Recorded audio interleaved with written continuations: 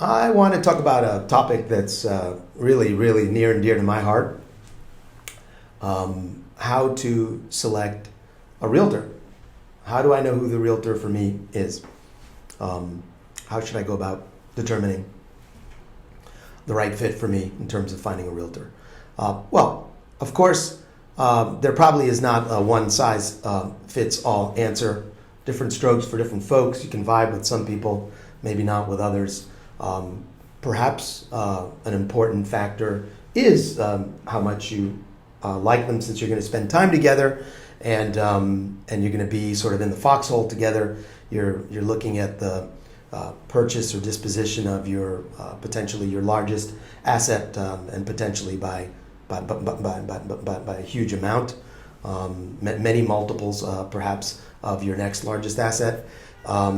It's very interesting. I think of professions where so much is at stake for the client, like or the patient, like the patient of a surgeon, life and death.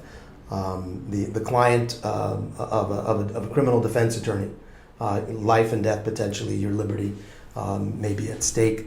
And financial planners. I mean, I don't know, as you move down the list, well, at least in the financial aspect of your health and wellness, well-being, real estate sales should be way up there, right? Because it's such a big asset. Interestingly, it's not very hard to become a realtor. At the risk of offending some of my colleagues, I've got to say that there's some people who haven't had to do much to be in this very important position, this amazing opportunity, and I would say serious a burden of representing someone to your best abilities with regard to the purchase or disposition of their biggest asset. Not to mention how tied into people's hopes and dreams the home and real estate investing is and can be. Maybe instead of likability, what I would say is trust, right? You should be able to trust that the person's going to do right by you. Trust that the person knows what he or she is doing, knows the environment, knows the dynamic, knows the market. One of the things that I like to say is that if I'm on my game, which I think I have always been, try really hard to stay sharp. It's something you have to do, and doing it actually helps you do it. Success begets success, activity begets activity. It's like maybe being a professional athlete. You got to stay sort of on top of your game and don't slip. That's how I feel about my work. Then when that's happening, I really feel like maybe like a native person guiding pioneers through what's to them a foreign environment. And at the risk of using an offensive cliche, but I always was inspired by it, I'd be watching a cowboy movie, and there would be a Native American explaining to a Westerner, like, look, this is the way the wilderness works. And I hear something. Every subtle little move or, twig breaking in the forest, discerned, observed.